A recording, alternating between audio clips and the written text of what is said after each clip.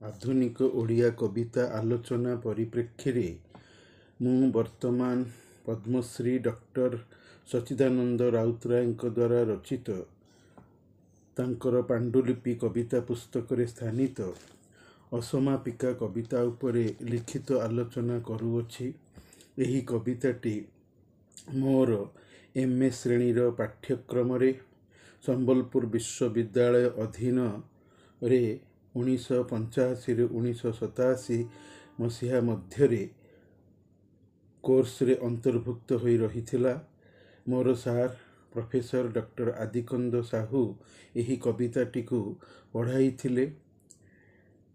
ସଚ୍ଚି ରାଉତରାୟଙ୍କର ଏହା ଏକ ସଫଳ କବିତା, ତେଣୁ ସେଥିପାଇଁ ଏହାର ଏକ ଲିଖିତ ଆଲୋଚନା ବ୍ରତୀ ହୋଇଛି। ନାମକରଣ ଦେଇଛି ଅସମାପିକାର କବି ସଚ୍ଚିଦାନନ୍ଦ। ଅତ୍ୟାଧୁନିକ ଓଡ଼ିଆ କବିତାର ଜନକ ହେଉଛନ୍ତି ପଦ୍ମଶ୍ରୀ ଡକ୍ଟର ସଚ୍ଚିଦାନନ୍ଦ ରାଉତରାୟ। ସଚ୍ଚିଦାନନ୍ଦ ରାଉତରାୟଙ୍କ ଦ୍ୱାରା ରଚିତ ଅସମାପିକା ନାମକ କବିତା ମୋର ଓଡ଼ିଆ MA ଶ୍ରେଣୀର ପାଠ୍ୟ ପ୍ରଚଳିତ କବିତା। ସାର୍ ଡକ୍ଟର ଆଦିକନ୍ଦ ସାହୁ ମୋତେ ସମ୍ବଲପୁର ବିଶ୍ୱବିଦ୍ୟାଳୟ ଜ୍ୟୋତିବିହାର ଠାରେ ଏହାକୁ ପଢ଼ାଇଥିଲେ 1986 ମସିହାରେ। କବିଙ୍କର ପାଣ୍ଡୁଲିପି ନାମକ କବିତା ପୁସ୍ତକରେ ଅଛି, ସାହିତ୍ୟ ସବୁବେଳେ ନିଜର ଖାଣ୍ଟି ମୌଳିକ ଚିନ୍ତାଧାରାକୁ ନେଇ ଲେଖାଯାଇ ନଥାଏ, ସେଥିରେ ଅନେକ ସମୟରେ ପ୍ରଭାବ ଓ ଅନୁସରଣ ମଧ୍ୟ କାର୍ଯ୍ୟ କରିଥାଏ।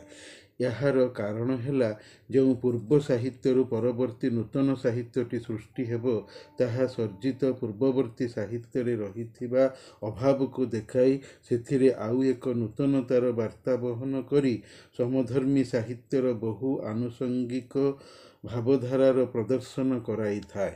ଜୀବନ ବୈଚିତ୍ର୍ୟମୟ, ଠିକ୍ ସେମିତି ବୈଚିତ୍ର୍ୟମୟ ଜୀବନକୁ ଆଧାର କରି ସୃଷ୍ଟ ସାହିତ୍ୟ ମଧ୍ୟ ବିଚିତ୍ରତା ଧର୍ମୀ ହୋଇଥାଏ। ଅସମାପିକା କବିତା ଲେଖିବା ମୂଳରେ ପ୍ରେରଣାଟିଏ ରହିଛି।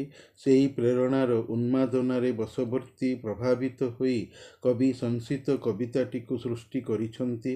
ସେ ପ୍ରେରଣାର ଉତ୍ସ ହେଲା ଓଡ଼ିଶାର କେଶରୀ ରାଜବଂଶର ଇତିହାସ, ନନ୍ଦିକା ଚରିତ ଓ କବିବର ରାଧାନାଥଙ୍କର ନନ୍ଦିକେଶ୍ୱରୀ କାବ୍ୟ। ଅସମାପିକା କବିତାକୁ ପଢ଼ିକି ବୁଝିବାକୁ ହେଲେ ବା କବିତାର ମୂଳ ସୃଷ୍ଟି ଉତ୍ସ ଜାଣିବା ପାଇଁ ପାଠକକୁ ନନ୍ଦିକେଶ୍ୱରୀ କାବ୍ୟକୁ ପଢ଼ିବା ଅଥବା କାବ୍ୟର କଥାବସ୍ତୁକୁ ଜାଣିବାକୁ ପଡ଼ିବ। ତେବେ ଯାଇ କେଶରୀ ବଂଶର ଶେଷ ରାଜା ସ୍ୱାଧୀନ ରାଜା ସୁବର୍ଣ୍ଣ କେଶରୀ ଦୁହିତା ନନ୍ଦିକା ଚରିତ୍ର ସମ୍ପର୍କରେ ସ୍ପଷ୍ଟ ଧାରଣା ମିଳିପାରିବ। ରାଧାନାଥଙ୍କ ନନ୍ଦିକେଶ୍ୱରୀ କାବ୍ୟ ଏବଂ ସଚ୍ଚି ରାଉତରାୟଙ୍କ ଲିଖିତ ଅସମାପିକା କବିତା ଉଭୟ ତୁଳନାର ପର୍ଯ୍ୟାୟକୁ ଆସିବେ। ପ୍ରଥମଟି କାବ୍ୟ, ଦ୍ୱିତୀୟଟି କବିତା। ଜଣେ କବି ଦୋଷ ପାଇଁ ଶାସ୍ତି ବିଧାନ କରିଥିବା ବେଳେ ଏବଂ ସେହି ଶାସ୍ତି ହେଉଛି ମୃତ୍ୟୁ। ସଚ୍ଚି ରାଉତରାୟ ଅସମାପିକାର କବି ହୋଇ ମୃତ୍ୟୁଜନିତ ଶାସ୍ତିକୁ ତ ଆଉ ବନ୍ଦ କରି ପାରିନାହାନ୍ତି, ଯେହେତୁ ଓଡ଼ିଶା ଇତିହାସର କଥା ଅନୁସାରେ ନନ୍ଦିକା ମରିଛି। ନନ୍ଦିକେଶ୍ୱରୀ କାବ୍ୟ ଏବଂ ଅସମାପିକା କବିତା ଏ ଦୁଇ ସାହିତ୍ୟ ସମୟଜନିତ ବ୍ୟବଧାନ ଦେଇ ଅବସ୍ଥିତ। ଅତଏବ ନନ୍ଦିକାଙ୍କର ମୃତ୍ୟୁଦଣ୍ଡ ଯାହାକି ବିଧିଦତ୍ତ, ଏହାକୁ ରଦ୍ଦ କରିବା ସଚ୍ଚି ରାଉତରାୟଙ୍କ ପକ୍ଷେ ଅସମ୍ଭବ। ଯେହେତୁ ଇତିହାସର ତଥ୍ୟ ବଦଳି ଯାଉଛି, ସେଥିପାଇଁ କବିତାର କବି ଅସମ୍ଭବ ମଣିଛନ୍ତି। ସଚ୍ଚି ରାଉତରାୟ କିନ୍ତୁ ଭାବିଛନ୍ତି ନନ୍ଦିକାଙ୍କର ଆତ୍ମହତ୍ୟା ଜନିତ ମୃତ୍ୟୁ ବରଣ ଅକାରଣ, ବୃଥା। ତେବେ ନନ୍ଦିକାଙ୍କର ଆତ୍ମହତ୍ୟା କରିବାର କାରଣ ତାଙ୍କର ଅପରିଣାମ ଦର୍ଶିତା ଦୋଷ ପାଇଁ ଥିଲା। ନନ୍ଦିକା ଆବେଗପ୍ରଣା ହୋଇଯାଇ ଚୋଡ଼ଗଙ୍ଗ ଦେବଙ୍କର ରାଜକୀୟ ବ୍ୟକ୍ତିତ୍ୱ, ବପୁ, ବଳଶାଳୀ, ସୁଠାମ ରୂପରେ ମୁଗ୍ଧ ଆକର୍ଷିତ ହୋଇଯାଇ ଏକତରଫା ମାନସିକ ସ୍ତରୀୟ ପ୍ରେମ କରି ବସିଥିଲେ। ମନେ ମନେ ଭଲ ପାଇ ବସିଥିଲେ। ପ୍ରତିପକ୍ଷର ଅର୍ଥାତ୍ ଚୋଡ଼ଗଙ୍ଗଙ୍କର ତାଙ୍କ ପ୍ରତି ସମ ପରିମାଣର ପ୍ରେମ ଅଛି ନା ନାହିଁ, ତାର ବିବେଚନା କରି ନଥିଲେ କିମ୍ବା ସେ ଦିଗରେ ଚେଷ୍ଟିତ ବି ହୋଇନଥିଲେ, ବାପାଙ୍କୁ ମଧ୍ୟ କହି ନଥିଲେ। ନିଜେ ନିଜେ ଯେଉଁ ଦୁଃସାହସିକ ପଦକ୍ଷେପ ନେଇ ଚୋର ଶିବିରକୁ ଯାଇ ପ୍ରେମ ନିବେଦିତ କରିଥିଲେ, ସେଥିରେ ସଫଳ ତ ହେଲେ ନାହିଁ, ଧିକ୍କାର ପାଇ ଅପମାନ ଲାଞ୍ଛିତ ଜନିତ ଦୁଃଖରେ ନିଜ ଜୀବନକୁ ଆତ୍ମହତ୍ୟା ଦ୍ୱାରା ଶେଷ କରିଦେଲେ। ଆବେଗ ବା ମନର ଚାଞ୍ଚଲ୍ୟ ଭୁଲ ଠିକ୍, ଉଚିତ ଅନୁଚିତ ଦେଖେନା, ଦେଖେ କର୍ତ୍ତବ୍ୟର ସହସତା। ସହସା ବିଧୟତେ न क्रियां संस्कृत और मानवीय संस्कृतिर विवेचित दिग बुझी विचारी कर्म कले प्रमाद न पड़ई भले आपे अर्जिला कर्ममान आगु होइब सावधान एइटा नंदिका ठारे नथिला से लगी से होइथिले अपमानित तथा अपमृत्युत नंदिका मरीगले सिना हेले साहित्य सृष्टिर वार्तावह बनीगले इतिहास हेले स्मरणीय नायिका कविवर राधानाथ नंदिका पाई दुखित नथिले हेले सची राउतराय किंतु थिले बोली संसित असमापिका कविताटीକୁ लेखिले नंदिकांक मृत्यु पाई कवि मनरे अशेष क्षोभ असीम समवेदना राधानाथ प्रेम को जीवन संबंधी कार्यक्रम एक दोष बोली भाविथिबा बेले सची राउतराय याहाकु दोषहीन बोली विचारिछन्ति अगत्या नायिका नंदिका मरी जाइथिले मध्य जगतरे प्रेम रूपक महार्ग वस्तुर वितरण हेतु से जे अनंत काल धरी अमरत्वर वार्ता ओ संधान जगत को दे जाइछन्ति यह चिंता करी नंदिका तांकर गोटिए जीवनर ओ यार समाप्ति रे से असंख्य प्रेमिकार प्रेममय मन भितरे असमाप्त होई जे रही जाइछन्ति एही सत्यर उद्घोषणा करिथिबा हेतु को उपलब्धि करी कवि कवितार नाम असमापिका रखिबा यथार्थ मने होइथाय कविता रचना शैली आधुनिक पद शेष अक्षर केउंठी अक्षर सहित मिशिछि केउंठी ध्वनि रीति रे मिशिछि पदर पाद संख्या असमान कवितार मौलिक शैली बा भंगी अननुभूत सौंदर्य प्रमाणित होइथाय कवितार ध्वन्यात्मक मूल्य लक्षणीय काव्य कविता एवं नाट्यकार मनोरंजन दासंकर नंदिका केसरी नाटक এই তিনোটি সাহিত্য সৃষ্টির স্থানিক বিশেষত্ব ହେଲା ମହାନଦୀ ଓ କାଠଯୋଡ଼ି ନଦୀର ସଙ୍ଗମ ସ୍ଥଳରେ ଥିବା ତ୍ରିକୋଣଭୂମି ଉପତ୍ୟକାର ନନ୍ଦିକେଶ୍ୱରୀ ପଠା ବର୍ତ୍ତମାନ ପ୍ରକୃତ ପଠା କିମ୍ବା ନନ୍ଦିକାଙ୍କର ସମାଧିସ୍ଥଳ ନାହିଁ ଏହା ଏକ କିମ୍ବଦନ୍ତୀ ବା ଜନଶ୍ରୁତି ହୋଇ ଲୋକ ମନରେ ରହିଛି କାଳର କରାଳ ଗର୍ଭରେ ବିଲୀନ ନିଶ୍ଚିହ୍ନ ହେଲେ रचित साहित्य यह अक्षत अवस्था रही जनापड़े जेहेतु साहित्य कृति हजि जाई नाही सची राउतराय नंदिकेश्वरी पठा को जाई नंदिका चरित्र को जेमिति भाबरे मने पकाई अछंती नंदिकांकर व्यर्थ प्रेमिकात्वर स्मृति को जेउ भली भाबरे रोमंथन करिछंती ताहा ही कवितार आंगिक सुषमा और पाठ्य विषय संबोधनात्मक रीति रे कविताटी रचित आउ संबोधकार बा आह्वानकार कवि निजे और यार आवाहिका रही नायिका नंदिका असमापिका कविताटी नायिकांकर मृत्युर कारण तथा व्याख्यान देना हेले मृत्युर परवर्ती चिंताधारा गत संताप अच्छी कविताटी केतकांशरे बौद्धिक और दुर्बोध्य कविंकर उद्देश्य सहजरे बुझा पड़े नहीं समग्र कवितारे सांत्वनार स्वर केवल रही नारी सर्वदा नारीर रूपचित्र ही अच्छी से नारी राजार प्रजार अबा भिकारीर जार बा हेउ प्रेम करिबा सबु स्तरीय नारी ठारे उज्जीवित रही थाए नहले संपर्क संबंध स्थापित होई पारिबो नाही कवि कहउछंती राजबाला नंदिकांकर दक्षिण भारतर विदेशागत परराज्य जयी लालसाग्रस्त चोड़गंग देवों सहित एकतरफा प्रेम संपर्क क्यों अतीत जुगर कथा ताहा मोर मने नाही किंतु आदि से प्रेमरु जात निरीह सरल तथा यही पवित्र पीठ को देखिला परे अतीतर से विफलता और दुखावह घटना मोर मने पड़ी जाउछि सतिकी मते जणा जाउछि पाखरे थिबा जंगल और दिनर निर्जनता रातिर शून्यतारे केवल पवन जहा प्रवाहित होई सेही अतीतर कथा बाहुनु अच्छी गछरु झड़ी पड़ुथिबा फूल भी सही कथा दोहराउ अच्छी शिशिर स्नात शीतर आकाश शोकर लुहरे ओदा हेउछि पृथ्वी रे पड़ुथिबा प्रतिटी काकर बिंदु नंदिकांकर अंतर मनर गोपन दीर्घश्वास को सतेकी संचिकी रखिछि दर्शकों को बारंबार सुनाइबा पाए परंतु आगत सबु अभ्यागत दर्शक कवि किंबा भावुक नुहंती संवेदनशील दरदी दयार्द चित्तर नुहंती सेथिपाई सेमाने नंदिकांक एकतरफा प्रेम विफलतारे समदुखी अथवा म्रियमाण होई नाहंती